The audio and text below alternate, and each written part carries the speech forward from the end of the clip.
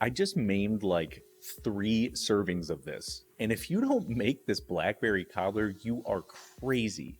I'm gonna serve it up with some ice cream, a little bit of caramel. It's absolutely delicious. I'm just a huge cobbler fan. When I was younger, it was something I wanted nothing to do with. It looked gross, it smelled gross, it tasted gross, but now it's one of my favorite desserts. In fact, if we go out to eat and it's on a menu, there's a good chance that I order it. I've even made an old-fashioned peach cobbler, which you can check out. It's just so good. It's fruit, biscuits, oven, done. Incredibly easy to make. First though, we're gonna knock out a little prep. Does this sound all right? Let's bake. I've got a bunch of fresh blackberries that I definitely need to use up. So what we're gonna do to start is get these into a strainer because they do need to be washed off. So once they're in there, head over to where your sink is and using cold water, be sure to spray them off. But what I like to do is sort of move them around, get those blackberries that are on the bottom, get them nice and cleaned. And then the next thing is very important. I know it seems very simple, but it's important. Be sure to shake as much water off as possible, or else the filling in the cobbler is going to be way too liquidy. Now head over to a large bowl, simply add those blackberries right in there. And now what I'm going to do is zest in 1/2 lemon. You can add a little more if you'd like, totally up to you. Once it is zested in there, what I usually do is give my microplane a little knock just to get all the zest off the bottom on there. It's just a good idea to practice that. And then we're going to squeeze in the juice of 1/2 lemon. Do not do a whole lemon, it'll be way too much. I use my other hand to sort of catch those seeds like you see here. Yeah, we don't want those seeds in there, so easy enough to just hold up your other hand and let the juice drain through.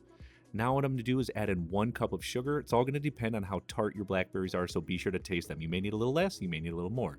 Now we're going to hit it with some cornstarch. This is what's going to help thicken up that blackberry filling. So using a spatula, gently fold it in. You'll know it's all together when there is no dry cornstarch visible. This looks excellent. At this point, it's really important. We're just gonna place those berries in the refrigerator, let all those great flavors infuse. But this is great timing because now we can make our biscuits. Start by adding in some all-purpose flour to a very large bowl. Next, I'm going to hit it with a good amount of baking powder. I want these biscuits to be sky high, my friends. Now I'm going to add in a little bit of ground cinnamon. This is completely optional. If you don't want cinnamon in here, simply skip this step. Now hit it with a bit of sea salt and then some sugar. Using a whisk, make sure it is completely combined. This is very important because we don't need half of this to be completely full of baking powder while the other half has none. So make sure to whisk it first. Now is a little trick. I'm going to use a grater to grate up my unsalted butter. Make sure it is unsalted. You want to be the one who controls the salt content in all recipes. The grater, instead of a pastry knife, is just a very easy way to incorporate all that fat, all that flavor so that it bakes perfectly throughout each of these biscuits in the cobbler. Next, let's just have a look. Nice little shreds there. Looks excellent. Take it over. I'm using parchment. You could have done on a plate. Totally up to you. Over to your dry ingredients. Pour it in there. And then, just like with the blackberries, you want to gently mix these ingredients together. You don't want to overheat the butter, just like when you're making biscuits, just like when you're making a pie shell. You don't want to do it too much. So once it is combined, and this looks perfect, my friends, we've got a few other things to do. In a separate bowl, I'm going to crack in a few large eggs. This is going to add some fat. This is going to add some flavor. Once they are in there, the next thing I'm going to add is some whole milk. You could use buttermilk. You could even use half and half.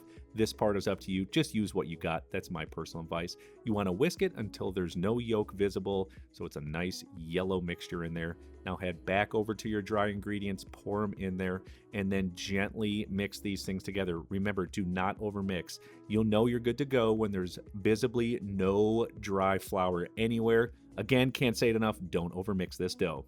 And it's like I say every single video, Comies. Once you start understanding these fundamental techniques like how to cut in butter using a grater instead of a pastry knife so that it cooks in evenly and bakes it perfectly, making it super moist and tender, you start applying all these techniques, including all the other ones I've shown you, and put it into your everyday cooking. It is going to blow the doors off anything at the restaurant, anything at the store. And you know my philosophy is that homemade food from scratch tastes better. So start putting all of these things together and make your food awesome. Now here is what we do to get this together. I've got a 10 by 7 pan. You can use a 13 by 9 or even a 9 by 9. What you want to do is add those chilled blackberries right in there. No need to spray with nonstick spray. Those edge pieces that are going to cook real deliciously, they don't need spray, my friends. That's the goodness there. Now flatten it out using the back side of your spatula. And now what we want to do is sort of drop these individual biscuits on the top. So using 2 spoons, get a nice scoopful and put it into a specific spot right on the top of the blackberries. We're going to make 12 of these little biscuits, so I like to arrange them starting in the left corner. Again, get a scoop and then drop it right in there. Press it down so that it's not completely sticking up. These look awesome. Super hard to not want to eat them because there's raw eggs in there, but you see that butter in there? That is perfect, you guys. Now go over to the oven. We're going to bake them at 375 degrees. It's going to take in between 50 and 60 minutes.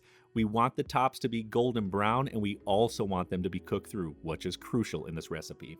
And when it comes to baking anything, it is always the waiting game. But I have an option for you if you want, and I want caramel to go over top of this. I'm going to show you these easy steps to make it. Here we go. Go ahead and add some packed light brown sugar to a medium-sized sauce pot. Next, some unsalted butter. And now we're going to hit it with a little heavy cream. You could also use whole milk if you'd like. Immediately crank the heat on to medium and then simply mix it together using a spoon, using a whisk. And my rule of thumb here is once everything's completely melted, the butter will be last. It's done. You see those nice bubbles, that nice consistency? This looks absolutely fantastic. So at this point, simply set it to the side and keep it warm. And I'm going to go ahead and check out my cobbler just to see where we're at. And if you notice the tops start to get really brown, what I like to do is put a little foil over top or even parchment paper to stop it from burning, and I'm going to cook it the rest of the way. This is actually a great little technique when it comes to baking anything. Awesome little tip for you to use and take with you. So after another 15 to 20 minutes of cooking in the oven, let's go ahead and pull out that cobbler. And dude, this looks amazing. Perfectly golden brown. Cannot wait to get into this. But first, let's plate up in slow-mo. I'm going to serve this on a small plate. You could actually put it in a bowl too. This part's completely up to you, but just make sure you get 1 biscuit and plenty of blackberries underneath. And as I stated in the beginning, I'm going to add on some vanilla ice cream. And then I'm simply gonna finish it with some of that warmed up homemade caramel. This just takes it over the top, you guys. Cannot say it enough. I wanted caramel, I got caramel, and so should you. And to finish it up, because you know I'm extra, hit it with a little fresh mint. Maybe you want to serve it for a party, and dang, check out this beauty.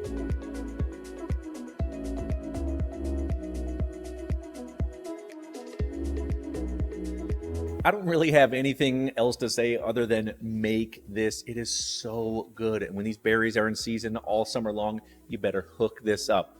Like this video, subscribe to my channel. Definitely check out this recipe because you will love it. I'll see you on there.